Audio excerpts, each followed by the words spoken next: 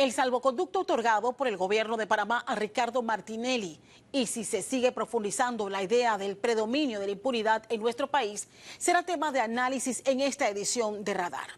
La visita del secretario de Defensa de los Estados Unidos este lunes, en momentos en que se mantienen amenazas del gobierno de ese país contra los derechos de Panamá sobre el canal y sus puertos, y la forma como debemos garantizar la seguridad de la vía interoceánica, también serán examinados por especialistas en este programa.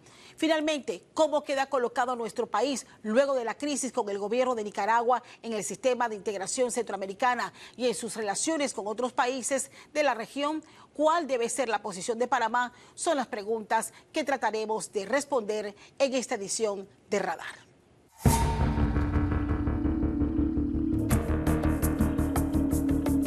Hasta este momento, no, que yo sepa, no hay decisión de Nicaragua de aceptar. Si no, ese avión no puede despegar de Panamá. La obligación que tenemos es transportar a Martinelli y garantizarle su inmunidad. Primero que todo, no me han pedido nada. Ella lo mencionó, entiendo, yo no la oí. Debo ser honesto, ellos no han planteado un quid pro quo en esta situación. Reiteramos los buenos días y gracias por acompañarnos en este Radar de hoy domingo 5 de abril. Para iniciar en este primer bloque hemos invitado a Olga Dovaldía de la Fundación Libertad Ciudadana. Olga, te agradezco muchísimo estar con nosotros, y se suma a esta mesa de Radar Leonor Calderón, exministra de Desarrollo Social. Y para poner en contexto el tema, bueno, terminamos una semana de mucha expectativa, y lo último que hemos sabido en torno al caso del señor Ricardo Martinelli es que el gobierno de Panamá ha comunicado que en efecto ha hecho o ha dado al gobierno de Nicaragua todas las respuestas para aclarar el tema de la alerta. Ahora está en manos de Nicaragua y el señor Ricardo Martinelli debe permanecer en esa sede hasta que Nicaragua tome una decisión. Pero más allá de esta situación tan tensa entre ambos países, ¿cómo queda la justicia en Panamá? Es por eso que aquí hemos designado a este bloque impunidad y asilo. Hablamos del tema, quiero arrancar con sus impresiones, sobre todo de lo que ha pasado en esta última semana. Bueno, muchas gracias, Castalia. Efectivamente, el jueves en la noche, ya prácticamente en la madrugada, nos enteramos de la decisión de la Cancillería de que efectivamente expirado el plazo del salvoconducto que ya había sido extendido, que supuestamente era un salvoconducto que no podía ser extendido, y así lo fue, no iba a emitirse un nuevo salvoconducto. Realmente nos parece, a mí me parece en lo personal, insólito la actitud del gobierno de Nicaragua, porque una vez que tu gobierno recibes en tu embajada, aceptas recibir en tu embajada en condición de asilado, condición que tú calificaste, porque es el país asilante, no olvidemos nunca eso, el que califica la condición, y eso es privativo del país que recibe. Tú le das la condición de asilado político y luego se supone que lo haces con la expectativa de que se le conceda un salvoconducto para que pueda retirarse. Y cuando se le concede el salvoconducto, entonces tú decides no llevártelo. Eso realmente es algo que a mí me parece insólito, y es algo que sí viola todo lo establecido en el asilo. Sin embargo, tú lo vinculas con la impunidad, y yo creo que es necesario vincularlo con el tema de la impunidad. Porque en todo este rejuego de Nicaragua, que yo creo que es más que un rejuego de Nicaragua, porque no nos olvidemos que el gobierno panameño como tal, por decirlo muy en panameño, no tenía vela en este entierro el primer momento. Fue un ciudadano que ha estado condenado en firme en el país, que solicita asilo a una embajada que considera que le puede otorgar una condición de asilado político, y por lo tanto califica la condición del ciudadano. Pero es un tema entre dos. A mí me extrañó mucho escuchar a la copresidenta de Nicaragua decir que eso ni les competía, ni les atañía, ni les interesaba. Perdónenme, sí, era claramente un problema entre el ciudadano Ricardo Martinelli, condenado en firme por la justicia panameña, y una embajada que le dio el asilo. Sin embargo, algo se logró que a mí sí me preocupa, que por primera vez en un comunicado de la Cancillería se habla del ciudadano Martinelli como un reconocimiento del asilo político. Eso no había ocurrido hasta ahora. Hasta ahora nunca el gobierno panameño no había reconocido que era un asilado político. Incluso cuando otorgó el primer salvoconducto se habló de una concesión humanitaria.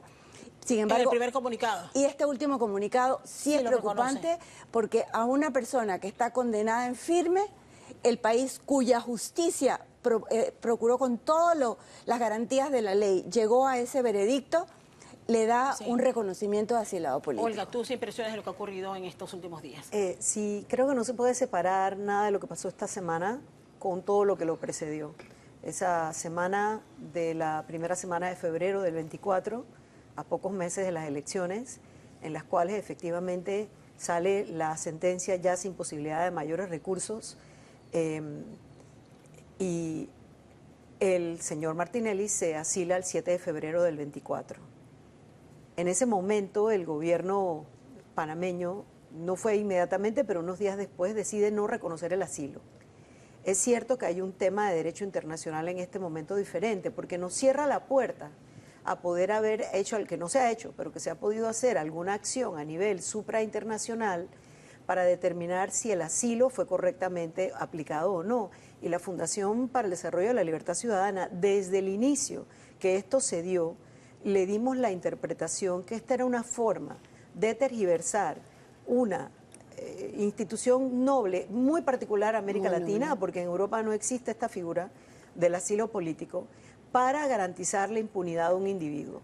Ustedes recordarán además que alrededor, hay una narrativa que se repite una y otra vez, alrededor del 7 de febrero, 2 días antes, el señor Martinelli y su comitiva hacen una gira de medios y van diciendo en cada medio que lo querían, que su vida estaba en peligro. Es la narrativa que utiliza, ¿no? Sale la sentencia y fueron 5 horas, 6 horas entre que entra la embajada. Entonces, ese es un asilo que cuando Nicaragua lo otorgó contra el texto de la convención. Vamos a empezar por allí. O sea que si no fuéramos al derecho puro y duro, claro. No aplicaba. Y lo tengo aquí, aplicaba. y lo tengo aquí porque en Casa de Diario, bueno, ¿qué es lo que establece? La Convención sobre Asilo Diplomático, en su artículo 3º, no es lícito conceder asilo a personas que a tiempo de solitario se encuentran inculpadas o procesadas de forma ante tribunales ordinarios competentes y por delitos comunes o estén condenadas por tales delitos y por dichos tribunales. Eso es parte de lo que establece ese artículo 3 de la Entonces, Convención. los impactos que tenemos ahora, no solamente en tema de impunidad, y algo que quizás parece externo, pero los tiempos generan unas casualidades tan enormes que es muy difícil no mirar. En las últimas 3 semanas, 6 casos de corrupción han generado una impunidad que realmente golpea duramente casi todos, menos el del señor, el exalcalde Bosco Vallarino. Se trata de casos de esquemas de corrupción que vienen o datan del periodo de la administración 2009-2014 Martinelli, y por vías distintas, unas por fallo donde absuelven a los implicados, otros a través de acuerdos de pena que son un retrato de la impunidad, que realmente son una burla a lo que debería ser un acuerdo de pena. Esta es la opinión nuestra. Y tercero, porque son 3 vías distintas. La otra es el vencimiento del término de investigación o el desistimiento por parte de la... Entonces tenemos 6 casos distintos, no he sumado los millones que suman, sumado a la impunidad que implica el señor Martinelli, además de que adicionalmente a eso interno de la justicia, cuando tú dices cómo nos impacta como país, estamos teniendo un franco resquebrajamiento de los principios democráticos y los derechos humanos en el país, porque estamos hablando de lidiar con la peor dictadura de la región. Entonces, ¿cómo sucede que un país, cómo lo que no puedo repetir de memoria las palabras que acaba de decir Leonor, pero también hay que tomar en cuenta de con quién estamos lidiando? Estamos lidiando con un país que el 30 de enero de este año murió formalmente el Estado de Derecho dentro de Nicaragua. Entonces, ¿cómo lidia Panamá con eso? Y un dato adicional sería pensar, tanto el Parlacén como el SICA son instrumentos de organización regional y de cooperación regional, que son posteriores a Esquipulas I y Esquipulas II. ¿Y por qué están basados en la necesidad de que los estados sean democráticos? ¿Cómo es posible que Panamá, de las pocas democracias, no será perfecta, pero es de las democracias, igual que Costa Rica, de la región, que todavía podemos defender los principios democráticos estamos teniendo esta relación con Nicaragua. Yo quiero entender, son muchos impactos. Sí, yo quiero entender esta situación tan compleja, porque yo lo primero que tendría que preguntarles también es cómo impacta esto. Ya te has adelantado un poco y has expresado algunos elementos, pero cómo impacta al final los procesos de los casos de alto perfil. O sea, ¿cómo va a impactar al final cuando vemos que en medio del entuerto, donde los conocedores dicen que no tuvo jamás la Policía Nacional que haber salido a declarar si había o no alerta? Otros señalaban, es que la jueza Balouza tenía la obligación hoy o desde el momento en que el señor Martinelli ingresó a la Embajada de Nicaragua a alertar de que corría el peligro de que se fugara, pesando sobre él una condena. Y finalmente vemos a una magistrada presidenta de la Corte Suprema de Justicia enviando un comunicado que ya ha sido enviado a su vez a Nicaragua, aclarando que el Poder Judicial no tiene nada que ver en este momento con las alertas que habría o no en contra del señor Martinelli. Y al final lo que tenemos nosotros en este momento es un impas, un gran silencio, donde Nicaragua es el que tiene la última palabra. ¿O qué más puede pasar? ¿O qué nuevo escenario podemos tener en torno a la decisión final de lo que vaya a pasar? Yo creo que estamos ante uno de los escenarios de impunidad más graves que hemos visto. Lo que Olga acaba de anotar, que todos nos hemos dado cuenta, o sea, personas que se entregan a la justicia y que un mes más, cuando muchos son exonerados de la pena o salen libres o tal, realmente te hace sospechar, y la gente comienza a especular con toda razón, que ese acuerdo fue con algunos acuerdos previos bajo la mesa, acuerdos de impunidad. O sea, ¿la posición que ha tenido el gobierno ha sido claro o cómo considera? Con relación a este caso, por supuesto que no ha sido claro. Entonces estamos especulando, pero no nos queda más que especular. Cuando nosotros escuchamos el día jueves en su conferencia al presidente Mulino decir que a él Nicaragua no le había pedido nada, que Nicaragua no lo había chantajeado con nada, que no había dicho absolutamente nada, bueno, tenemos que creerle que de manera bilateral nadie le ha dicho nada. Lo tenemos que creer, no tenemos otra alternativa. Pero tenemos muchas razones para sacar conclusiones y tenemos muchas razones para especular. Porque la copresidenta Murillo dijo en un discurso público, se refirió a Panamá de una manera muy irrespetuosa, diciendo que Panamá había denigrado la actitud de Nicaragua, que directamente al presidente Mulino, dijo el propio presidente Mulino, y no ha habido una ha atacado Panamá. No ha habido ningún tipo de respuesta. Entonces, si a ti lo que dice una persona de un altísimo rango en ese país no te parece algo importante para mantener la dignidad de tu gobierno y de tu país, no sé, entonces sí estamos especulando porque no tenemos una información de lo que pasó ahí.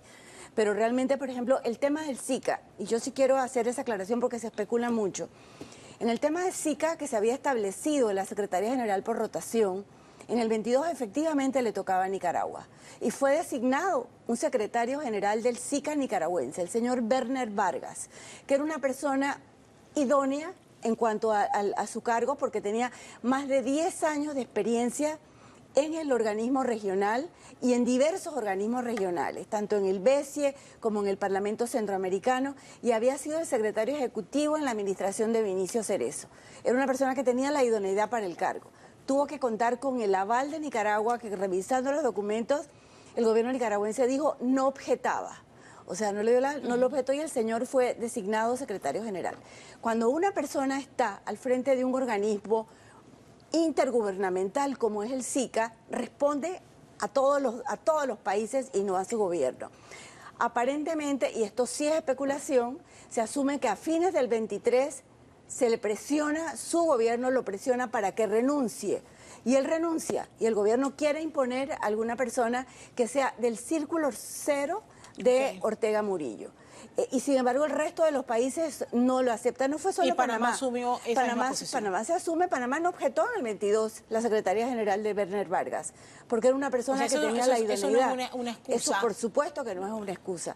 Panamá lo objetó después, y yo creo que al presionar esa renuncia, pues simplemente Nicaragua va a tener que esperar otra vez la rotación que le toca a todos para, si es que todavía está en ese escenario, poder volver a llegar. Pero ahí eso no hay por dónde. Sí. Olga. Si puedo añadir algo a ese punto. existe un acuerdo que se llama el Acuerdo de Tegucigalpa, el Protocolo de Tegucigalpa, que es el que establece las características que deben tener las personas que pueden ocupar esos puestos. La primera es la independencia, aparte de la experiencia. Exacto. Entonces, el ejemplo de Vargas es muy bueno porque era nacional de Nicaragua, pero la tríada que ellos han presentado son personas más que el círculo cero, son agentes de la dictadura. Entonces, allí hay un tema muy importante geopolítico que nuevamente Ricardo Martinelli en sus múltiples aventuras legales para no enfrentar la ley que hemos visto a lo largo de 10 años realmente es impresionante. Creo que si alguien hilvana cada uno de los pasos, tenemos... Aquí siempre se habla del derecho a la defensa, pero escuchaba yo esta semana decir, pero es que él ha tenido suficiente derecho a la defensa. No solo eso, fíjate, cada vez que alguien habla de los derechos humanos, siempre salen algunas voces de la camarilla que lo rodea, que manejan información muy bien, por cierto, y información y desinformación muy bien.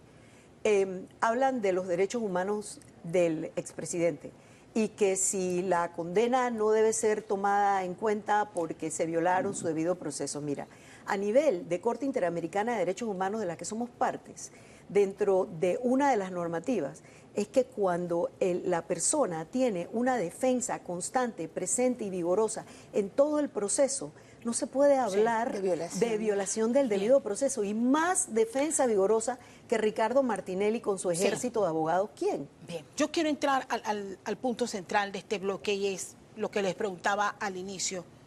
¿Cómo queda el Poder Judicial? ¿Cómo quedan o qué mensaje se le envía a los jueces que tienen que tomar decisiones puntuales? ¿Qué mensaje le enviamos? Y me da hasta, no sé, por ella, porque es un nombre que es recurrente, Valoisa Martínez, que ha sido hasta acusada públicamente de ser enemiga, de actuar con maldad. O sea, ¿cómo impacta esto al final el ejercicio de la justicia en el país? ¿Y qué va a pasar? Les reitero nuevamente, ¿qué va a pasar con el resto de los casos que quedan pendientes? Ahora mismo estamos en un momento muy delicado de la justicia en Panamá. Tuvimos más de una década en una situación en que la calidad de los jueces fue en descenso porque no obedecía a una carrera judicial seria, independiente, que permitiera el acceso a esos puestos de funcionarios por concurso y que tuvieran estabilidad. Los principios generales del derecho te dicen que a mayor inestabilidad, menor capacidad del individuo para ejercer justicia, y lo opuesto, sin que sea una fórmula 100% segura, como nada que tiene que ver con el ejercicio del criterio humano, ¿verdad? Tenemos un momento en el cual ha habido un segundo momento de esperanza en el órgano judicial con la implementación de la carrera judicial. Por ejemplo, desde la Fundación hemos hecho una observación de ese proceso, lo tenemos publicado, donde vemos que va avanzando y va avanzando en un ritmo quizás menos rápido del que se pensaba, pero va avanzando. Tienes personas como la juez Martínez, que ha hecho su trabajo y ha sido objeto de presiones verdaderamente, inclusive algunas deleznables, de parte del equipo legal de Martinelli, y ella ha hecho su trabajo como tiene que hacerlo. Al mismo tiempo, los casos que les mencioné, una serie de casos que el análisis, que no tengo claro si lo que he estado leyendo, el análisis corresponde a todo lo que pasó, pone la culpabilidad en la capacidad o incapacidad del Ministerio Público. Normalmente cuando hablamos de la justicia nos miramos únicamente al órgano judicial, pero la administración de justicia es un proceso que tiene tres funciones. La función de investigación, que en este país cae en la DIJ, que es parte de la policía, y es un problema porque no tiene la independencia que alguna vez tuvo la PTJ. Así es. El proceso de procesamiento, que es el Ministerio Público, y la resolución, que es el órgano judicial. Castalia, estamos encontrando fallas a las tres partes. Y el problema grave de la impunidad que esto está generando son dos discursos. Uno, en el discurso general y en los propios políticos, todos son corruptos, todas las presidencias fueron corruptas, entonces ¿por qué nos vamos a ensañar con una nada más? Un discurso nefasto que acaba con el contrato social, porque cuando no hay justicia, no puede haber una verdadera democracia. Ese es el primer impacto. Y el segundo es los propios casos de alto perfil versus el acceso a la justicia, la mora judicial y la capacidad del ciudadano de encontrar solución a sus problemas en la justicia. Realmente tiene un impacto en la democracia que ni siquiera se puede medir. Usted ha manejado mensajes al respecto cuando en innumerables ocasiones ha intentado que los panameños entendamos la gravedad del impacto de la corrupción en nuestras sociedades. Es que lo grave de esto, Olga habló ya mucho del órgano judicial y del sistema de justicia en general. Y de las fallas que tenemos en... A mí me preocupa terriblemente el impacto que estos mensajes de impunidad tienen en la población, Claro. tienen en nuestra población joven sobre todo. Claro. El tema, la forma como se está demeritando la política, porque se demerita toda la política. Yo creo que una tarea grande que tenemos es hacer que nuestros jóvenes vuelvan a creer en la buena política, vuelvan a creer que es posible una buena política. Porque cuando estamos viendo todo esto, estamos mandando un mensaje de impunidad. Entonces, ¿qué estamos diciendo? Estamos diciendo que erosionar el Estado, que robarle a las arcas públicas es rentable. Es rentable porque al final sigue siendo una persona influyente, sigue siendo una persona que puede controlar tu destino y el de muchos otros, sigues teniendo los recursos que robaste, nadie te los reclama, y esto realmente el mensaje es muy, muy grave y es muy preocupante. Entonces sí estamos ante una crisis, esto impacta y agrava aún más la crisis social que nosotros tenemos. O sea, ¿cómo tú contrarrestas esto, este nivel de impunidad en los altos, en las altas esferas, cuando sin embargo tienes un toque de queda en municipios muy poblados que es absolutamente violatorio de los derechos humanos de las personas jóvenes que en un país caliente no pueden estar a las 9 de la noche en la calle porque a alguien se le ocurrió que no debería ser? Y que me digan eso en cifras, ¿cómo puede impactar en la disminución de la delincuencia? ¿Y cómo avanzamos con estos pendientes, por ejemplo? No sé si quieres agregar algo al respecto o al final es porque mientras nosotros nos debatimos sobre cómo funciona o no nuestro sistema de justicia, desde las investigaciones, como bien lo planteas, hasta la etapa final de juicio, y que se cumplan o no las condenas en medio de un rejuego político y de las presiones políticas y el poder que la política puede ejercer todavía en el Poder Judicial, el país sigue con los mismos problemas.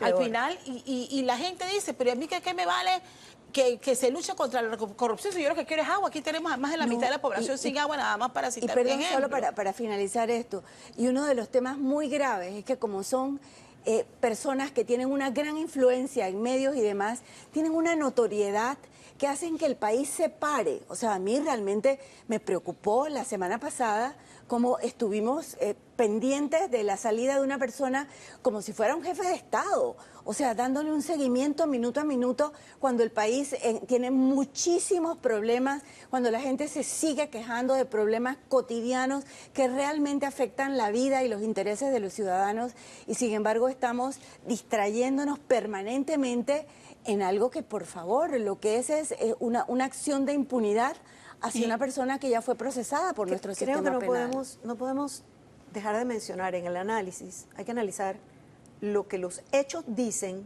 acerca de la actuación del gobierno desde el punto de vista del análisis político versus el análisis legal, porque es muy tentador irse nada más con el análisis legal, que creo que algo de eso hemos abordado con la convención, con el asilo, con la validez de ese asilo, cómo el país lo tuvo en un limbo jurídico, que también el no pronunciarse también es un pronunciamiento. Exacto. Hasta ahora en y hay informes, por lo menos en los medios impresos ayer y hoy, de que la propia Cancillería está buscando una salida.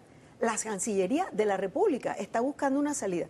Eso significa que en el análisis político, el poder político fáctico que está ahora mismo en la presidencia llega a través precisamente de esta figura y de que el expresidente Martinelli hizo campaña para quien hoy es presidente desde la embajada. Eso implica, y él lo dijo la noche que tomó posición, es mi amigo, yo voy a buscar cómo ayudarlo, espero estar parafraseando y no equivocándome, y buscar cómo ayudarlo. Ha ido caminando por un proceso. ¿Pero consideras tú, el presidente Mulino, que buscar una salida finalmente? Yo lo que digo es que el análisis político, lo que estamos viendo con hechos, es que el gobierno nacional ha tenido un doble discurso.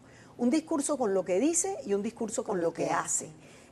Aparte del silencio comunicacional, que bien se acaba de mencionar. Que es de la Cancillería. Claro, porque entonces si tú no tienes ni a los voceros de la Cancillería y la Presidencia, ni a los ministros explicando la labor de Estado y por qué estamos haciendo esto, todos especulamos. Hay un silencio, y es real, hay un silencio. Ese análisis político no puede dejar de ver que el presidente ahora quiere, el gobierno, y no voy a ponerle títulos de quién, porque las acciones del gobierno nos dicen que ellos quieren que Ricardo Martinelli finalmente salga del país.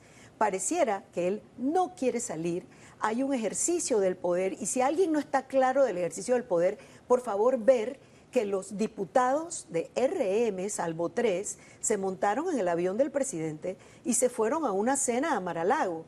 Es decir, a generar fondos al individuo que está amenazando el canal de Panamá con acción militar. Si eso no es una muestra de manejo de una bancada, yo no sé cómo es la muestra de manejo. Entonces, realmente hay un análisis político que hacer. Sí. El gobierno tiene por no decir toda la responsabilidad en esta crisis a la que nos abocamos. Una semana y media, nuestro déficit fiscal todavía más abajo. Nuestro endeudamiento público internacional todavía más arriba. Tenemos un problema grave de resquebrajamiento de la base social. Tenemos un problema de desempleo. Todavía no estamos en las cifras de empleo antes de marzo de 2019. Tenemos problemas serios que enfrentar. Todo esto además frente a un malestar enorme ante la posible jugada contra Lex completamente de negociar directamente con una empresa que ya no tiene base jurídica para la mina. Hay una situación aquí enorme y el gobierno nacional parece no tener unas respuestas lógicas a la crisis política versus el análisis legal. Leonor. Totalmente de acuerdo, o sea, totalmente es lo que mencionábamos hace un momento, o sea, los problemas cotidianos de los ciudadanos siguen día a día. Y los que tenemos en ciernes, el tema de la mina, ahora el tema de los puertos, se venden o no se venden, todo este tipo de cosas son muy complicadas, son realmente muy complicadas. Panamá tiene que dar su aprobación si se finaliza esa transacción con BlackRock BlackRock, si se finaliza la transacción, Panamá tendría que dar la aprobación, pero tenemos un año por delante muy complicado y estamos distrayéndonos y estamos perdiendo el tiempo en una persona que ya debería ser realmente una página totalmente superada y pasada. La gran incertidumbre donde hay una responsabilidad enorme de parte del gobierno, no voy ni siquiera a mencionar si es Ministerio de Presidencia o es la Cancillería, es la incertidumbre creada en el país. Ahora, ¿qué pasa? ¿Para dónde va? ¿Cómo se va a resolver?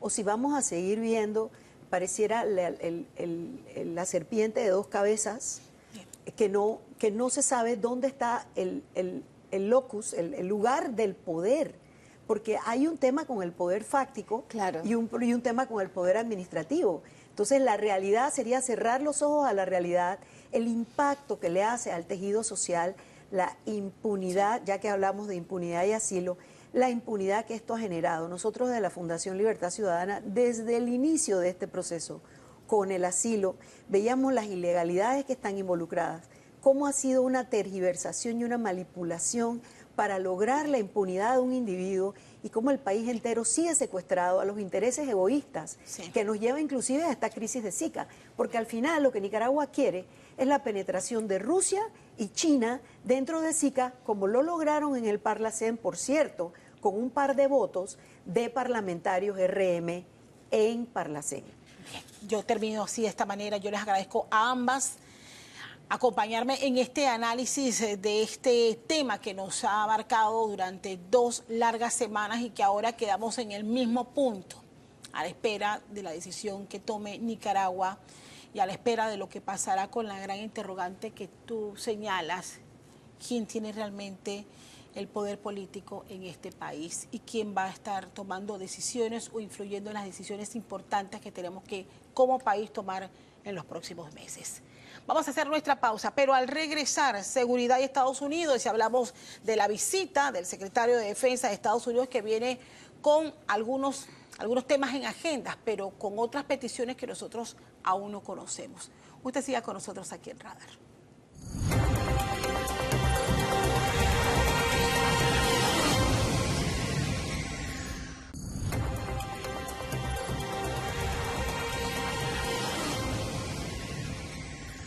Estamos de regreso en Radar, gracias por seguir con nosotros. Hemos llegado a este segundo bloque y para ellos nos acompañan Jonathan del Rosario, exministro de Seguridad, gracias por estar con nosotros. Bienvenido a Radar. Samira Gozaine, exdirectora de Migración, licenciada Gozaine, un placer tenerle con nosotros. Y se suma a esta mesa de Radar Jaime Abad, exdirector de la Policía Técnica Judicial, abogado, especialista en temas de seguridad. Le agradezco también sumarse a este segundo bloque en donde vamos a analizar el tema de seguridad.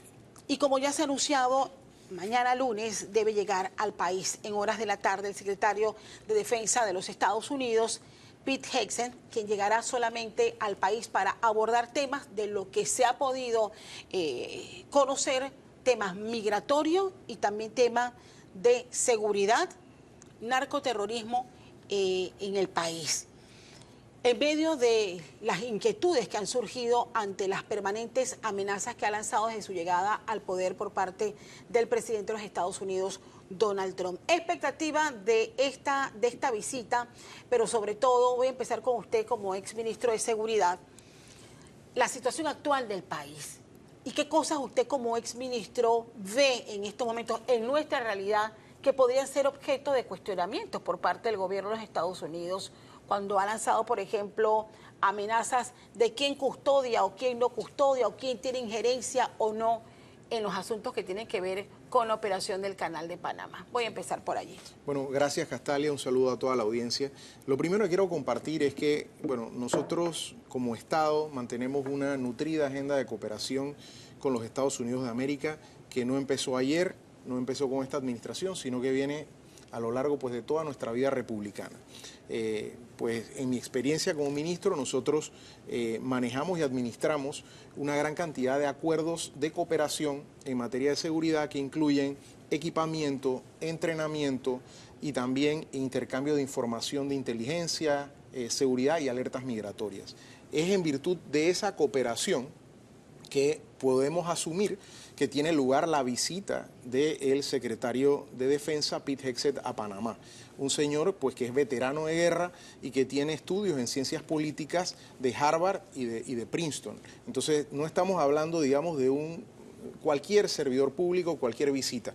Ya le antecedió la visita del secretario de Estado Rubio y definitivamente en esta nueva visita que se va a dar oficial es otra oportunidad más de dar a conocer lo que realmente ocurre en Panamá y también desmentir cualquier argumento a favor de que los Estados Unidos pueda retomar el control de la vía interoceánica, una vía que sirve el comercio global y que está amparada no solamente en un tratado de neutralidad, sino también en todo lo que es el derecho internacional público. Ahora bien, dejando eso claro, creo que es muy importante lo que va a ser, digamos, los temas de esa agenda que se van a conversar. Definitivamente el señor Hegseth no viene a Panamá de paseo, ¿no? Viene a abordar temas muy puntuales, es un emisario y un mensajero del gobierno del señor Donald Trump, con quien no hemos tenido una comunicación fácil. Entonces, dentro de los próximos días nos tocará a nosotros pues, conocer realmente cuál es ese nuevo mensaje que nos presenta el gobierno de Estados Unidos luego de haber analizado toda la retroalimentación que tuvo la visita del secretario de Estado Rubio. Obviamente los temas de migración irregular, lucha contra el narcotráfico, cooperación en materia de seguridad son temas que nos unen. Los ejercicios Panamax, que también se realizan regularmente, pero también tenemos que nosotros ver desde el punto de vista de la nueva etapa que se desea emprender de cooperación, tenemos que velar porque esa se fundamente en lo que establece nuestra Constitución y nuestras leyes, ya que ningún acuerdo de cooperación internacional puede estar por encima de nuestro propio derecho interno. Y de los intereses propios que tenga Panamá. Y por Panamá. supuesto nuestros intereses Porque nacionales. creo que de todo es sabido que la llegada de Donald Trump ha llegado también con su propia agenda de seguridad y ha iniciado y ha emprendido prácticamente una purga de lo que él considera representa un peligro para su país. Y creo que lo más gráfico que podamos nosotros señalar como ejemplo es las deportaciones masivas que ha empezado a realizar de ciudadanos extranjeros que consideran él un peligro para su país. ¿Esto qué nos indica? Que definitivamente pareciera, por ser Panamá, el punto que requiere de Panamá para toda esa oleada de regreso que va con destino a sus países o a un tercer país. Desde el punto de vista migratorio, o sea, ¿qué cosas puntuales, cómo manejaron ustedes esta crisis? ¿Y cómo considera usted que el gobierno ahora de José Raúl Mulino, con las presiones que ya sabemos ha expresado Estados Unidos y sus exigencias, debe manejar esta situación? Ahora a la inversa. Sí, gracias Castalia y saludos a todos. Especialmente tengo que empezar por decirte que la política americana con relación a la migración irregular ha cambiado considerablemente. Nuestra posición dentro del gobierno del presidente Cortizo siempre fue que esta migración masiva se daba por razón de la política norteamericana que permitía que estas personas llegasen a Estados Unidos. El cambio de política ha resultado positivo para ellos. Como ves, ya los migrantes no están llegando. Los números por nuestra frontera del Darién han descendido considerablemente, lo que significa que este cambio de política para efectos de la migración irregular, la que traficaba con el dolor de la gente, la que permitía que el crimen organizado se lucrara con estas sumas exorbitantes que cobraban por el tráfico, ha disminuido considerablemente. Entonces, creo que empezamos por ahí, eso es un punto muy positivo. Creo que el gobierno panameño ha continuado los manejos que nosotros iniciamos, especialmente con Costa Rica, de este flujo coordinado y ordenado con ellos, en donde nosotros les notificábamos a ellos quiénes iban en esos buses y ellos asimismo los recibían. Ahora entiendo, por las informaciones que he recibido, que lo están haciendo igualmente en este flujo de reversa. Las deportaciones obligadas que hemos recibido con relación a los americanos, este vuelo que llegó con estas personas que teníamos en los hoteles, pues eso sí nos ha preocupado un poco porque no sabíamos qué tipo de estatus le estaban dando a estas personas. Evidentemente no tenía la ley o no existía en la ley, hasta donde yo estuve, nada que permitiera que nosotros detuviéramos a una persona por condición de haber sido ilegal en otro país. Entonces, esa norma que ellos utilizasen para eso no la conozco. ¿Y hasta qué punto nosotros podemos retener a personas en el país? Ese es el tema. Y yo creo que de ahí surgió darles este permiso temporal humanitario para que ellos puedan quedarse en Panamá y regularicen su estatus. Del entendimiento del gobierno que no existía nada en nuestras normas que permitiesen que nosotros los detuviéramos. ¿Y qué opina de la solicitud? Nada oficial se ha dicho ahora nuevamente, pero sí lo mencionó el propio presidente Mulino con la visita del secretario de Estado al señalar que una de las peticiones que estaban haciendo era convertir el aeropuerto de Nicanor o la pista de Nicanor en Metetí Darién en un centro de recepción de migrantes. ¿Se pensó en el pasado en una estrategia como esta o eso es...? Lo que pensamos en el pasado era que el gobierno americano siempre solicitó que nosotros le diéramos refugio a las personas que venían a través de la trocha del Darién, pero ya esas personas habían ingresado ilegal en nuestro territorio. O sea, migración, según la ley, tenía una norma que permitía que nosotros lo detuviésemos porque estaban en una condición de ilegal. Entonces, nosotros podíamos en ese momento detenerlos y ahí considerar la posibilidad de dar refugio. Pero lo que siempre nosotros le dijimos al gobierno americano fue que esa problemática ocasionada por ellos y la necesidad de llegar a Estados Unidos tenía que venir acompañada con dinero para Panamá, porque Panamá, gastando 80 millones de dólares en atender la crisis, no tenía dinero para poder permitir que estas personas refugiadas se quedaran en Panamá. ¿Cómo construíamos sus casas? ¿Cómo les dábamos trabajo? ¿Cómo los ayudábamos a tener una vida normal, decente a ellos y a su familia aquí si no teníamos recursos? Esa fue la razón por la cual el memorándum de entendimiento entre Panamá y Estados Unidos no lo pudimos suscribir, porque nosotros siempre nos faltó esa parte. Sí, nosotros ayudamos a los Estados Unidos porque siempre hemos cooperado, sí queremos ayudar, sí queremos dar refugio, pero no tenemos los fondos. Bueno, habría que tener claro qué intereses tenga realmente el gobierno y lo que se ha podido tener acceso de la agenda es muy poco. Saben, por ejemplo, que va a llegar este lunes en la noche, que se va a reunir el martes con el presidente. Otra cosa que hemos filtrado es que va a visitar el canal de Panamá, esto es extraoficial, que podría visitar parte de la cuenca, pero 2 bases del Servicio Nacional Aeronaval, tanto en Sherman como acá en Cocolí. ¿Cómo ve usted esta visita y las peticiones que podría hacer este secretario de Defensa, tomando en cuenta ya el discurso que ha dejado claro el presidente Trump? Sí, buenos días. Miren, cuando uno se sienta a platicar o a negociar con un país extranjero, lo primero, el enfoque que uno debe hacer es cuáles son los intereses nuestros como panameños. Eso es lo que debemos de tener muy presente. El problema migratorio, amarrado al problema de seguridad, no es un problema nuestro, es un problema. Aquí vienen de paso porque nadie quiere quedarse aquí. Todos van hacia el famoso sueño americano. Y lo que primero, muy respetuosamente, quisiera recomendarle al gobierno es enfocarse en que nosotros no podemos traer y convertir nuestro territorio en un patio de desecho de seres humanos que lamentablemente están enfrentando una tragedia. Nosotros tenemos que poner las condiciones claras de saber qué es lo que los americanos quieren, hasta dónde están dispuestos a financiar ese proyecto de ellos y en qué o hasta dónde nosotros nos podemos comprometer como nación. Yo quiero complementar a lo que Jonathan habló del perfil del secretario de Defensa que viene. Lo expuso del académico, ¿no? Egresado de Harvard, egresado de Princeton, New Jersey. Pero también hay que tener en cuenta que él es mayor en reserva de la Guardia Nacional de Minnesota y fue combatiente en Afganistán y en Irak. Así que él es un funcionario que sabe lo que es pólvora. En este momento es colega tuyo porque es presentador era antes de ejercer el cargo, era presentador de noticias, creo que en Fox. Pero esas dos vertientes a él le dan la experiencia para saber negociar y defender los intereses de su país. Y por eso es que nosotros los panameños debemos de tener muy claro qué es, escuchar con atención qué es lo que él trae y hasta dónde nos podemos comprometer como país. Porque miren, dicen que las comparaciones son odiosas, pero en el aspecto de seguridad, tomemos lo que está haciendo Bukele en El Salvador. Bukele se trajo a los criminales. Ahora el gobierno de Trump, con su política agresiva, radical, quiere que nosotros nos traigamos a los inmigrantes que ellos no quieren tener más allá y los deportemos hacia nuestro propio país. Pondero las palabras dichas por Samira de que hay que legalizar, tal vez haya que legislar para ver cuál es el estatus que les vamos a dar a esos seres humanos mientras estén aquí en las condiciones en que estén. Pero, ¿qué está haciendo Bukele?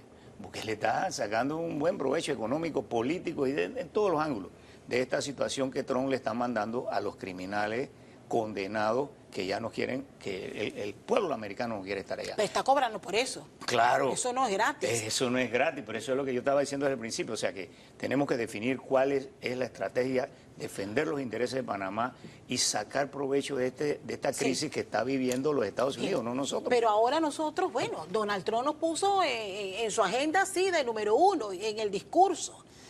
Pero en materia de seguridad, y ustedes con la experiencia en cada uno de los cargos que pudieron ocupar, la gran pregunta es, ¿cómo afinamos nosotros nuestra agenda país? Porque hoy en día estamos en medio de este debate. Lo que el gobierno de Trump quiere de Panamá y espera de Panamá en materia de seguridad y lo que Panamá necesita en este momento, porque no nos podemos olvidar de nuestros problemas, del problema del narcotráfico que tenemos, del problema del crimen organizado que tenemos y de los otros tantos pendientes que todavía tenemos y que usted tuvo que enfrentar. Usted en su momento tuvo que enfrentar y todo lo que ha evolucionado el crimen en este país. ¿Qué hacemos con estas dos agendas? O trabajamos para resolver los problemas a los norteamericanos o nos alineamos y buscamos colaboración para ver cómo resolvemos también los nuestros. Sí. Yo quiero compartir que yo pensaría que esta visita va a estar más enfocado en temas precisamente de lucha contra el crimen organizado y otras preocupaciones que tiene Estados Unidos en materia de seguridad en la región, debido a que la cartera del Departamento de Defensa es diferente a la cartera del Departamento de Seguridad Interna, que es el que ve los asuntos migratorios. Entonces, inclusive también el Departamento de Estado, que ven más la parte, digamos, de la política migratoria como tal. Así que yo pensaría que estos son los temas en los cuales se debe enfocar esta visita.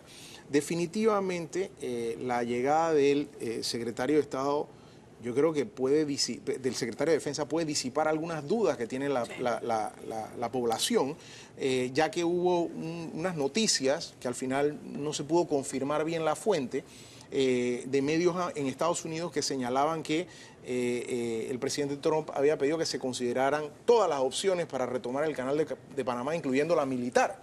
Entonces, bueno, definitivamente el encargado de administrar la institución que tiene que ver con la defensa del territorio y los militares en Estados Unidos es el secretario de Defensa. Entonces, ciertamente yo creo que hay mucha expectativa de que se pueda ir reflejando, digamos, y desdibujando toda esa cortina de humo y nosotros realmente podamos entender como país cuál es esa agenda de cooperación. Ya lo dije en algún otro foro, pero lo vuelvo a repetir. Si la agenda es seguir cooperando para combatir el crimen organizado, para obviamente enfrentar las organizaciones que se dedican al tráfico de personas, también ver cómo se puede reforzar la seguridad de nuestra vía interoceánica, de nuestro territorio, tanto en la parte física como en la parte de ciberseguridad, pues extraordinario. Sin embargo, tenemos que definitivamente estar muy vigilantes de que estos acuerdos no vayan a comprometer nuestra soberanía ni nuestra integridad territorial. O sea, debe permitir Panamá que el tema canal sea incluido en esta agenda. En principio escuché a mucha gente decir que en la visita del secretario de Estado ese tema ni siquiera debería permitirse haber sido incluido. En esta oportunidad, bueno, y tomando en cuenta que extraoficialmente se señala que van a visitar bases nuestras de seguridad cercanas al canal y que va a visitar precisamente el canal de Panamá. Mire, con esa agenda entonces... Coincido una vez más con Jonathan en su planteamiento de que la agenda, por el personaje que viene, el tema principal va a ser seguridad. El problema migratorio va a ser secundario, pero tal como tú lo dices, mira, los 3 puntos a visitar, el canal y 2 bases del servicio aeronaval. Eso manda un mensaje anticipado a qué viene. Y definitivamente el presidente Trump en campaña le prometió al electorado sanear el flujo migratorio y todo el problema de la criminalidad que estaban enfrentando las grandes ciudades, Nueva York, Los Ángeles. Y hay que recordar que Trump barrió en las elecciones, sacó la mayoría en las 2 cámaras del Congreso, tanto del Senado como la Cámara de Representantes, ganó la mayoría de las gobernaciones de los diferentes estados, y esto le da a él la autoridad moral o el poder o la autonomía para hacer todas las cosas tan radicales que está haciendo. Y haber enviado en tan corto tiempo a 2 secretarios, a 2 ministros de Estado, como se le dice allá, secretario, sí, y de la jerarquía. Primero viene el secretario de Estado y ahora sube en la intensidad al secretario de Defensa. Y él no va a venir de turista. Ellos tienen, a mi juicio, una agenda que ya la deben de haber discutido hace rato con el gobierno. Eso no se viene a improvisar aquí. Yo creo que ellos vienen a temas específicos. Tal como lo dijo Jonathan, los medios han estado especulando mucho que si vienen por base, que si vienen a invadir. Pero es que los mensajes que él ha enviado no dejan abierta la especulación cuando todavía se publican hace 3 semanas las noticias del plan que le habría encargado al Pentágono para analizar una posible intervención militar a Panamá de ser necesario. Pero Castalia, fíjate que yo difiero con Jaime y Jonathan en el sentido que migración ya es un tema de defensa para ellos. ¿Por qué? Porque tan indiscriminadamente permitieron ellos que estas personas pasaran, que empezamos a recibir en los últimos meses delincuentes, personas con unos prontuarios delictivos grandes, que vuelvo y te digo, la ley panameña no permitía detener en Panamá, aunque la detectaras a una persona que había sido pedófilo. Pero como el delito no fue cometido aquí, nosotros no teníamos ninguna jurisdicción para detener terroristas. Nosotros tuvimos personas de Yemen, de Afganistán, de Pakistán, de India, de los países que ahorita mismo están en un conflicto, de Irán, tuvimos iraníes, que tenían supuestamente alertas de terrorismo, con los cuales nosotros no podíamos detener. ¿Por qué? Porque la ley no nos permitía detener a una persona que no hubiese cometido ningún delito en nuestro territorio. Y no eran del flujo ilegal, sino eran irregulares entrando por la frontera. Como ellos permitían ese flujo, lo que nosotros sí hacíamos, porque nuestra comunicación, como bien dice Jonathan, siempre ha sido una cooperación directa con los americanos, era que ellos sabían quiénes estaban pasando. Entonces, tal vez más adelante en otro país que sí permitiese detenerlos, ellos podían proceder a detenerlos e inclusive esperarlos en la frontera cuando llegaban. Ya esto es un tema de seguridad por el perfil de gente que utilizó la frontera sin ningún tipo de documento requerido para pasar, para ingresar a Estados Unidos. Y todos estos diferentes, el Tren de Aragua, mira, ahora que está muy de moda en Estados Unidos, han detenido mucha gente que está involucrada en esa organización criminal. Los Lobos de Ecuador, o sea, Yakuza también. Entonces tú tienes un grupo organizado que utilizó esta permisibilidad de política americana para pasar. Pero ¿hasta qué tanto Panamá debe acceder a recibirlos? Bueno, a ver, yo quiero aprovechar este espacio también para recordar que bajo los estándares de los tratados internacionales ratificados por Panamá y nuestra propia legislación, la migración ilegal y la migración irregular no es un delito. Si bien es cierto, la administración del presidente Trump tiene su propia visión y se le respeta, nosotros tenemos que tener mucho cuidado. Ya existe un antecedente en Panamá, el caso del señor Vélez Lor contra Panamá, donde nuestro país fue condenado precisamente por privar de su libertad a un migrante ecuatoriano, y ese antecedente ya existe en el sistema. Entonces nosotros debemos, primero, estar muy claros en que Estados Unidos nos puede pedir muchas cosas y nosotros tenemos que analizarlas con mucho rigor para poder nosotros no equivocarnos, porque todas estos manejos que se está hablando, estamos hablando de seres humanos y al final del día tiene consecuencias, y esas consecuencias, inclusive más allá del tema humano, también tienen consecuencias pecuniarias en contra de los estados que cometen este tipo de actos que están en una línea gris, ¿no? Definitivamente nosotros tenemos leyes de refugio, la convención para, obviamente, pues tratar el tema del refugio de 1951 es ley de la República. Tenemos también legislación interna, nuestro decreto de migración, tenemos otros decretos específicos, pero lo que no tenemos a la fecha, como bien lo señala la licenciada Gozaine, es una norma que nos permita retener personas indefinidamente en el país. Porque hay una realidad, Castalia, perdona que te interrumpa, estas personas que Estados Unidos está sacando de los Estados Unidos son personas que no pueden enviar directamente a sus países de origen. Porque si los pudieran enviar, ¿qué sentido tiene enviarlos a Panamá, a El Salvador o a otro país? Entonces, nosotros tenemos que definitivamente escuchar, tener un diálogo firme y respetuoso, pero tenemos que, sobre todo, defender los intereses nacionales. Sí, y sobre todo que medidas que no nos lleven a cometer violaciones, porque al final el país que queda denunciado por violar los derechos de esta persona somos nosotros. Su opinión, señor Jaime Abad, de cómo debe manejar Panamá de ahora en adelante. Bueno, la expectativa está centrada en lo que vengan a solicitar, pero ¿cómo debe plantearse Panamá su posición en materia de seguridad, tomando en cuenta las verdaderas necesidades que tiene Estados Unidos en este momento? De salida te podría decir que, mira, el tapón del Darién, Dios quiera que se conserve como está, ahora mismo, una jungla. De salida, todos sabemos que para patrullar, vigilar, supervisar, tener presencia en una jungla, se requiere de una logística y de una capacidad aerotransportada y anfibia que este país no tiene. Es más, nosotros no tenemos ejército y no tenemos el mínimo de recursos para poder patrullar esa área.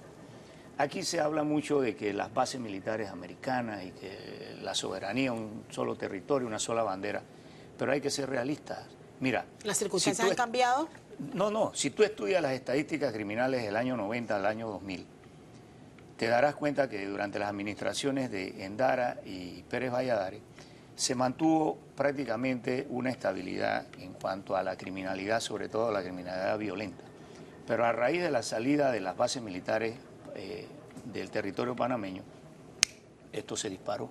Nosotros comentábamos fuera de cámara, antes de entrar aquí al programa, de que pasan los gobiernos y la ciudadanía, el panameño de a pie, el que agarra el transporte público, incluso los que nos trasladamos en auto privado, no nos sentimos seguros. Hay una gran inseguridad, la violencia sigue creciendo.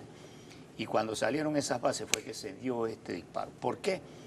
Porque sobre todo los carteles colombianos y los carteles mexicanos se dieron cuenta que ya Panamá había quedado prácticamente expuesta y empezó la guerra de estos dos carteles. Comenzaron a reclutar a nuestros jóvenes desde los 8, 10 años en las canchas de fútbol, en las canchas deportivas. Las pandillas se dispararon, se quintuplicaron en el número. Entonces, la presencia de esas bases dejó una gran ausencia, pero si tomamos la posibilidad de poder negociar con los Estados Unidos, como ellos tienen en Colombia, mira, tú sabes los millones de dólares que invierte Estados Unidos en equipo, en apoyo tecnológico, en entrenamiento en Colombia, eso representaría una gran ayuda para Panamá. Lo que tendremos es que ser conscientes con la ciudadanía, respetar la opinión pública, tal vez someter esto a un referéndum para que el público opine. Porque yo no soy reacio ni descarto la posibilidad de que los americanos se encarguen de la frontera con Colombia, porque ellos tienen la capacidad y tienen la necesidad de parar ese flujo, porque no solamente es el flujo de los inmigrantes ilegales, por esa jungla pasa de todo, armas, droga, eso dinero. es un gran debate que yo creo que al final vamos a tener que hacer. Yo sé que hay posiciones fuertes, encontradas. Muy respetadas. Yo he escuchado gente decir, sale más barato abrir y poner controles de verdad que lo que nos cuesta a nosotros manejar ese tipo de crisis que hemos estado manejando y frenar a los grupos criminales que se han dedicado a lucrar de toda esa movilización de gente por esa zona. Ya existe un proyecto de interconexión eléctrica. Eventualmente hacia allá vamos caminando. Sí. Habiendo dicho eso, nosotros tenemos que entender que definitivamente como país tenemos que nosotros hacer nuestras inversiones en seguridad, por supuesto. El gobierno de Estados Unidos sigue teniendo presencia en la región a través del Comando Sur y siguen teniendo patrullaje. Inclusive nosotros tenemos el acuerdo Salas-Becker que nos permite hacer operaciones conjuntas para poder luchar contra el crimen organizado. Yo estoy de acuerdo en que nosotros tenemos que seguir solicitando más cooperación. ¿Por qué? Porque cada dólar que se invierte en Panamá da mejores réditos que en otros países de la región. Y se lo pregunto a usted, porque cuando uno se mete a revisar la cantidad de droga y las toneladas de droga que Panamá decomisa, pero históricamente Estados Unidos se ha retirado de la región y se ha ido retirando cada vez más y enviando cada vez menos ayuda. Entonces, a ver, si tú contrastas esto con las posiciones del actual presidente de Estados Unidos, yo creo que sería iluso pensar que Estados Unidos va a venir a darnos así mucha más cooperación de lo que nos ha venido dando. Y ojo, no es que nos da poca cosa. Realmente nosotros recibimos visores nocturnos, muchos equipamientos para poder nosotros equipar a nuestra propia fuerza pública y poder enfrentar algunas de estas amenazas. No todas las amenazas tienen una incidencia en la seguridad ciudadana. Hay muchas personas, mira, estamos enfocados en el narcotráfico. Sí, el narcotráfico es un problema, pero también tenemos que pensar en la seguridad ciudadana, los robos, los hurtos, hay que invertir más en videovigilancia, tecnología. Entonces, si nosotros podemos contar con más recursos de nuestros socios y aliados para enfrentar el crimen organizado transnacional, debemos también tener un remanente de recursos de nuestro propio presupuesto para invertir más en nuestra propia seguridad interna. Entonces, al final es un balance el que tiene que existir. Pero definitivamente, si se fuera a buscar un camino diferente que atente contra la integridad territorial, habría que pensar en una reforma constitucional. Yo eso no lo veo pasando. La verdad es que no lo veo pasando, pero definitivamente hay que ser, en el marco de la ley y la Constitución, todos los actos tienen que enmarcarse para poder nosotros hacer las cosas bien. Porque lo que empieza bien, termina bien, y lo que empieza mal, termina mal. Samira. Mira, yo coincido con Jonathan en el sentido que nosotros recibimos más, no suficiente. El tema migratorio nosotros no recibimos ni siquiera el 0.1%, yo creo que es lo que invertimos. Los organismos internacionales estaban más preocupados en capacitar a mi personal, que ya estaba capacitado, que realmente a darle comida a las personas, manta. Al final nos dimos cuenta que la crisis humanitaria era demasiado grande para poder nosotros responder con nuestro pecunio. Tú sabes, eres de Darién. En Darién no terminamos el hospital que existía para nuestra comunidad. Las comunidades no tenían agua potable, las comunidades carecían de escuelas y nosotros invirtiendo $80 millones en personas que pasaban por aquí que ni siquiera se iban a quedar, invirtiendo medicamentos. En la pandemia nosotros vacunamos a los migrantes. Yo sí creo que los Estados Unidos deberían entender que su frontera ahora está en Darién, porque nosotros aquí les permitimos el ingreso a nuestro territorio y pasan fluidamente hacia Estados Unidos. Lo que pasa es que Colombia es el gran ausente de cualquier negociación y de cualquier conversación para hacer frente. Nuevamente te repito lo que decía cuando estaba en migración. Allá cobraban $1.000 por persona para pasar. Si pasaron 1 millón de personas, multiplica por $1.000. Ahí está el negocio que el crimen organizado mantuvo por 5 años y los americanos sabían de esto. Entonces, aquí hay que ir un poquito más allá con relación a la migración y con relación al tema de seguridad. Pero efectivamente, Panamá, como dijiste, un país importante para ellos, donde deberían invertir un poquito más. Conclusiones, don Jaime. La visita del secretario de Defensa abre la oportunidad para el pueblo panameño y en especial para el gobierno para negociar, platicar y llegar a entendimientos con el gobierno de Trump, que ha mantenido una política radical de cambios agresivos. Nosotros no debemos de minimizarnos a la hora de sentarnos en la mesa con nadie, debemos de proteger los intereses nacionales y sobre todo exigirle que si ese es un problema que ellos tienen dentro de su territorio y en su frontera con México y lo quieren trasladar hacia terceros países, incluyendo Panamá, ellos tienen que ser realistas en cuanto a las necesidades y las limitaciones financieras y logísticas que como país pobre, país del tercer mundo, tiene Panamá. Y no nos pueden empaquetar su problema sin saber que van a tener que apoyarnos en todos los sectores. Sí, me sumo a lo ya dicho por Jaime y quiero solamente añadir que en esas conversaciones nosotros sí tenemos que ser muy firmes en desmentir mucha información falsa y tergiversada que se ha compartido por el gobierno de los Estados Unidos a través del presidente Trump. Tiene que quedar muy claro realmente que Panamá es quien administra el canal. Tiene que quedar muy claro en esas conversaciones que nosotros aspiramos a seguir cooperando, pero también tenemos que tener unas conversaciones basadas en el respeto y sobre todo también en un diálogo sincero que se traduzca en mejores días para nuestros países. Mientras nosotros sigamos recibiendo del gobierno de Estados Unidos ataques mediáticos por declaraciones que pueden ser sacadas de contexto, nosotros no vamos a poder avanzar igual. Y Panamá es un país estratégico para el comercio global y para la seguridad del hemisferio. Y yo creo que eso Estados Unidos lo tiene claro. Quizá no nos hemos puesto de acuerdo en la forma de avanzar. Y la visita del secretario Hexet abre un nuevo capítulo que estamos escribiendo de cómo vamos nosotros realmente a desarrollar esas relaciones bilaterales en beneficio mutuo para nuestro pueblo y también para la seguridad hemisférica. Termino con usted, Samira. Sí, bueno, para mí le deseo el mejor de la suerte a nuestros funcionarios que nos tienen que representar. Es difícil ser funcionario público y más en estos momentos tan difíciles. Que la fuerza los acompañe. Estamos como David contra Goliat. Hay un sentimiento en el público, en la gente, de que estamos tan pequeños para alguien tan grande que viene a exigirnos cosas con un látigo en la mano y con mucha presión política. Entonces, yo realmente mi solidaridad con ellos, sé que van a hacer un buen papel, el señor canciller tiene todo mi aprecio y mi consideración y sé que él va a tratar de conseguir lo más importante para Panamá, igual que el señor presidente. Así que cualquier cosa que nosotros podamos hacer para ayudar, yo te aseguro que este es un tema de nación, no es un tema partidístico ni de un partido específico. Creo que es un tema de Estado y como panameños creo que todos estamos ahora mismo apoyando a este gobierno para que hagan lo mejor por Panamá. Les agradezco a los tres estar esta mañana con nosotros aquí en Radar. Bueno, a la expectativa, mañana será un día de cobertura especial desde horas de la tarde cuando llegue a suelo panameño el secretario de Defensa de los Estados Unidos. Vamos a ir a la pausa, pero al regresar, bueno, seguimos con el tema de Estados Unidos, pero guerra de aranceles.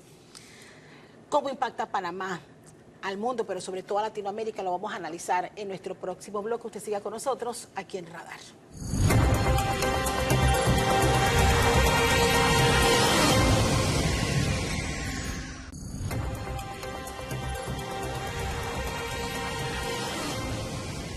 Estamos de regreso en Radar, gracias por seguir con nosotros. Y bueno, ha sido una semana cargada de información y por supuesto, de muchísima expectativa. Pero cerramos con la noticia. El presidente de los Estados Unidos anuncia la aplicación de estos aranceles del 10% para la mayoría de los países de América Latina, con excepciones de medidas más severas para Venezuela y Nicaragua. ¿Cómo es el impacto de esta medida del gobierno de Trump para América Latina y el mundo? Quiero darle la bienvenida a María Cristina Ramírez, periodista y analista político. María Cristina, qué gusto saludarte y que nos ayudes a entender esta nueva medida que ya se sabía que venía, pero no conocíamos los porcentajes y las excepciones, incluso las diferencias que ha establecido Donald Trump en esa lista que ya hemos conocido. A nivel mundial, ¿cómo nos impacta? Empezamos por allí. Bueno, primero que sí, el presidente Donald Trump hizo campaña con el tema de las tarifas. Si hay algo en el que Donald Trump ha sido constante es en sus medidas económicas proteccionistas. Eso no hay duda. Sin embargo, el mundo sí se desayunó la noticia de cómo iban a ponerse estos aranceles, cómo se calcularon. Empecemos por ahí. Una de las cosas que más incertidumbre ha quedado en los mercados es la fórmula en la que se usó para calcular los aranceles. Y es por eso que hay países, por ejemplo, uno de los países que más golpeado terminó siendo fue un país de una isla de 5.000 habitantes en un cálculo que los economistas dicen que es muy poco serio. Entonces, eso ya de por sí pone en cuestión, o sea, cuestiona la seriedad, el análisis que hay detrás de la manera en la que se implementaron lo que la administración Trump ha llamado unas aranceles recíprocos, ¿no? Ahora, más allá de lo que parece ser falta de análisis y cómo se han calculado estos aranceles, también hay que decir que esto le pone a Estados Unidos la peor carga arancelaria que había visto desde 1930. En los 30, en medio de la Gran Depresión, Estados Unidos implementó una serie de aranceles con la idea de proteger supuestamente ciertas industrias internas y ayudar con el desempleo que estaba ocurriendo en ese momento. Como sabemos y como la historia nos contó, esto no hizo más que empeorar la Gran Depresión y es por eso que Estados Unidos se pasó los 80 años siguientes, es decir, el consenso después de la Segunda Guerra Mundial era en desarmar este sistema que había pues empeorado una crisis como la que fue la Gran Depresión y pues implementar este modelo que nosotros hemos visto de libre comercio, que Trump ha sido el mayor, que Estados Unidos ha sido el mayor campeón y el mayor defensor en las últimas décadas. Esto rompe con todo lo que ha ocurrido en los últimos tiempos y sin mayor claridad pues plantea un modelo económico nuevo. Y lo hemos visto es en la reacción que han tenido los mercados internacionales, que tenemos que hacer mucho énfasis en la gravedad de lo que ocurrió en los días después que Trump dio el anuncio. Este fue el mismo día fue el peor desempeño de la bolsa de valores desde marzo del 2020. Y es la primera vez que nosotros veíamos este tipo de desempeño de la bolsa de valores cuando no está ocurriendo nada. Y a lo que digo, no está ocurriendo nada es que no hay una pandemia, no colapsó un banco, no estamos en medio de una crisis económica. Esto es un resultado de una política pues diseñada de esta manera que está creando un caos autoinfligido. Hablemos y podamos entender también el desempeño del dólar, o sea, qué impacto ha tenido con tan solo haber hecho el anuncio. Esto es una de las cosas más sorprendentes, porque usualmente cuando uno piensa en política económica, uno pensaría que los aranceles deberían hacer que el dólar suba. ¿Por qué? Porque los estadounidenses van a consumir más localmente y esto hace que necesiten menos monedas externas y entonces por ende se aprecia el dólar. Sin embargo, estamos viendo todo lo contrario. Estamos viendo que en los días después del anuncio hubo una importante depreciación del dólar. Ahora, el dólar es considerado una moneda safe haven, es decir, cuando hay caos y volatilidad en los mercados, usualmente el dólar es una de esas cosas, así como el dólar, el oro y los bonos del Tesoro americano, que usualmente los inversionistas corren en medio de refugio. Pero que el dólar se esté depreciando en este momento habla de la incertidumbre que hay con respecto a la economía, a la salud de la economía americana en general. Vimos el anuncio de Jerome Powell diciendo que la Reserva Federal no va a actuar porque todavía no pueden cuantificar el daño que esto va a tener para la economía de Estados Unidos y además vemos cómo inversionistas como JP Morgan están pasando los riesgos de que Estados Unidos enfrenta una recesión. Entonces, esto ha hecho que el dólar se desempeñe de una manera bastante peculiar y se ha depreciado. A largo plazo, probablemente, si entramos en una crisis real mundial y en una recesión mundial, el dólar se vuelva a apreciar. Pero a corto plazo lo que estamos viendo es un mal desempeño del dólar que a Panamá. Esto beneficia a ciertos países de la región, pero a Panamá obviamente, para Panamá es un problema de cara, además de enfrentar importaciones o un mundo de consumo más caro. Bien, repasemos los aranceles para América Latina, el 10%, Brasil, Chile, Colombia, Perú, Costa Rica, República Dominicana, Argentina, Ecuador, Guatemala, Honduras, El Salvador, Uruguay, Bolivia, Panamá, Paraguay, Haití, 15% para Venezuela, 18% para Nicaragua, unas grandes excepciones. Tú mencionabas al inicio de tu análisis que hay mucha incertidumbre o grandes interrogantes de la forma en que se hicieron los cálculos para presentar esta tabla, pero ¿cómo lo enfrentamos en América Latina? A ver, Sí es verdad que hay una diferencia en cómo le ha tocado a América Latina a cómo le tocó, por ejemplo, a Asia o incluso a algunos Correcto. países de África. Y entender Estos son por qué la diferencia.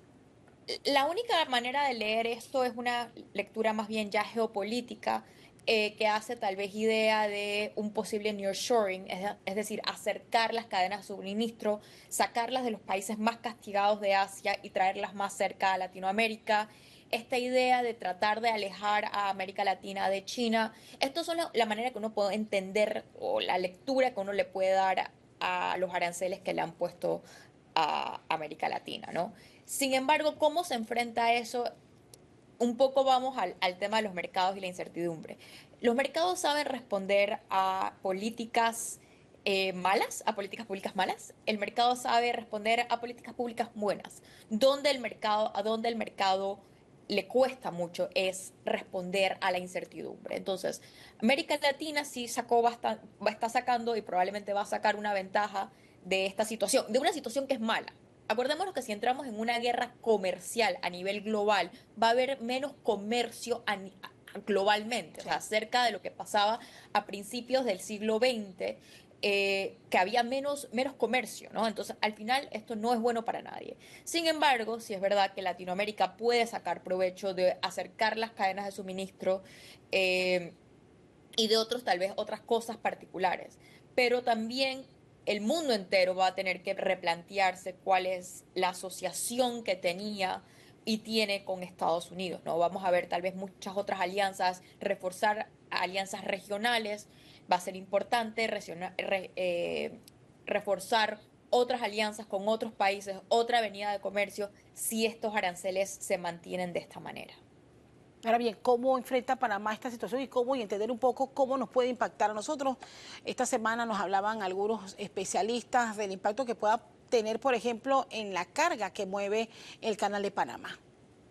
Sin duda, una de las cosas que probablemente, si este modelo arancelario se mantiene de esta manera, es que vamos a ver menos comercio a nivel mundial. Menos comercio a nivel mundial.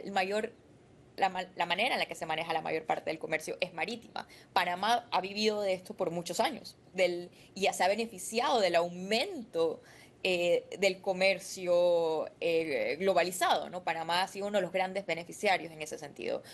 Claro, si tenemos menos comercio, menos productos que salen de Asia a Estados Unidos y viceversa, pues esto va a lastimar el comercio marítimo. Sin embargo, es verdad que hay oportunidades para América Latina con el tema del nearshoring, del friendshoring, que es beneficiar a países amigos, beneficiar las cadenas de suministro. Panamá muy bien se podría convertir en un hub de manera que poder mover la carga si se traen las cadenas de suministro. Pero estemos claros, a nivel mundial, reducir el comercio global nos va a lastimar a todos. O sea, por lo menos vamos a enfrentarnos a un mundo donde van a haber menos opciones de bienes y donde esos bienes van a ser más caros, porque las cadenas de suministro están muy interlazadas las unas con las otras.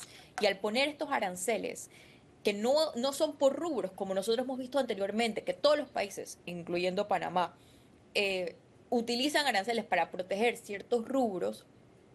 Como estamos viendo un modelo distinto, que es ponerlo por países, hay cadenas de suministro que nunca se van a poder acercar. Hay materia prima que nunca se va a producir en Estados Unidos. Y como empecemos como una guerra, como ya vimos que China dijo que iba a ponerle 34% sí. a Estados Unidos, en una guerra global lo único que vamos a ver es la reducción de los productos y productos más caros. Bien, nosotros acá en Panamá estamos esperando qué estrategias anuncie el gobierno ante esta medida y bueno, darle también el espacio a poder medir el impacto real de la aplicación de las mismas. No puedo cerrar este análisis. Pregunta obligada, María Cristina, tu opinión y análisis de lo que ha ocurrido esta semana en torno a la figura del expresidente Ricardo Martinelli, nuevamente allí en la sede de la embajada, y en una larga espera una decisión final que tome el gobierno de Nicaragua. Lastimosamente nos vemos enfrentados a tener que discutir este tema otra vez. Esto parece ya es como una especie, no quiero decir complot, pero conspiración o por lo menos una apuesta, ponerse de acuerdo entre lo que ha sido el presidente Ricardo Martinelli y el gobierno de Nicaragua, que ha dejado al gobierno en una necesidad de actuar. ¿Por qué? Porque al final del día están desconociendo lo que el gobierno ha tratado de dar, es decir, estamos dando el salvoconducto, vamos a reconocer las leyes internacionales y en un lenguaje muy poco diplomático, ahora Nicaragua dice no lo vamos a recibir, pero se puede quedar en la embajada. Esto no, en teoría diplomática no se sabe muy bien cómo entra. Esto le están tratando de sacar en cara a Panamá el tema de SICA, que reconozca que reconozca como un gobierno democrático lo que claramente es una dictadura.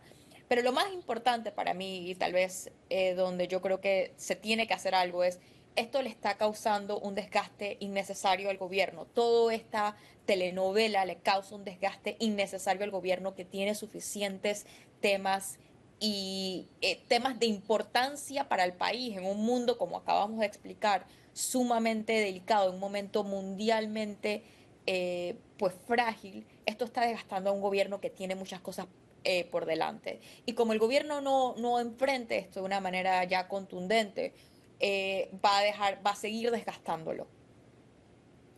Me quedo con eso, esa reflexión. María Cristina, te agradezco muchísimo este enlace internacional. Gracias. Ha sido el análisis de María Cristina Ramírez, ella es periodista y analista política. Bueno, con este tema premiante, cuáles van a ser las consecuencias precisamente de esa imposición de aranceles y el futuro también del expresidente Martinelli, quien debe continuar allí en la sede de la Embajada de Nicaragua. Con esto vamos a la pausa. Gracias, María Cristina, por el enlace. Vamos a la pausa. Al regresar tenemos nuestras conclusiones y, por supuesto, como ya lo saben, vamos a conocer en qué se inspiró Hilde para la caricatura de hoy domingo aquí en Radar.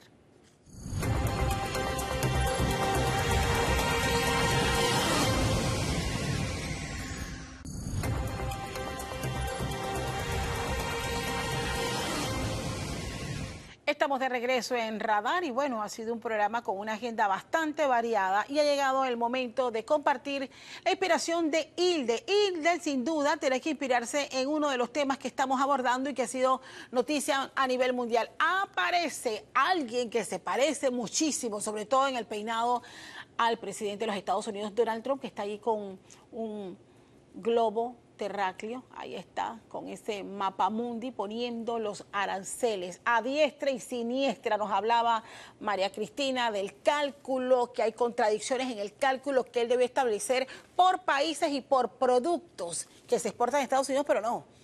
Eso fue que todavía están tratando los conocedores de entender en base a qué se hicieron los cálculos. Pero bueno, nosotros ya sabemos, nos tocó el 10% y a eso nos tenemos que enfrentar porque ya empezó a regir desde este sábado 5 de abril. Vamos entonces ya con nuestras conclusiones. Precisamente, bueno, han visto ustedes un panel bastante variado en los 3 bloques que hemos tenido y quiero empezar por lo más reciente, que será a partir de mañana la visita del secretario de Defensa de los Estados Unidos, que nos obliga a mantener la lupa sobre las necesidades en materia de seguridad que planteará el gobierno de Donald Trump a través de esta visita. Pero muy importante es no dejar de lado la protección de nuestros propios intereses. El tema del Canal de Panamá y su seguridad o el riesgo de su seguridad no debe ser tema de debate durante esta visita, así lo han dejado claro nuestros invitados. Sacarle mejor provecho y garantizar que esa colaboración histórica que hemos tenido entre Estados Unidos y Panamá se mantenga. Pero por otra parte, Panamá tendrá que esperar algunos meses para poder tener los efectos de esta decisión del aumento de aranceles por parte del gobierno de los Estados Unidos. No solamente Panamá, sino toda América Latina. Para los conocedores hay ventajas que tenemos ahora porque estamos de igual en competencia con ese 10% de aranceles. Sin embargo, nos obliga a revisar nuestras políticas comerciales tomando en cuenta la muy reducida participación de exportaciones precisamente hacia los Estados Unidos. La desvalorización del dólar es la preocupación más grande que tendríamos que enfrentar como país, tomando en cuenta lo que ha ocurrido a pocas horas del anuncio del presidente norteamericano. Bueno, y sin duda, el futuro del exmandatario Ricardo Martinelli está hoy, sí o sí, en manos del gobierno de Nicaragua. Y todo parece indicar que su estadía en la sede de esa embajada será prácticamente indefinida hasta este momento. es un tema que por supuesto vamos a seguir dando seguimiento en nuestras agendas. Llegamos así a la parte final de Radar, como siempre. Gracias por acompañarnos y los esperamos el próximo domingo.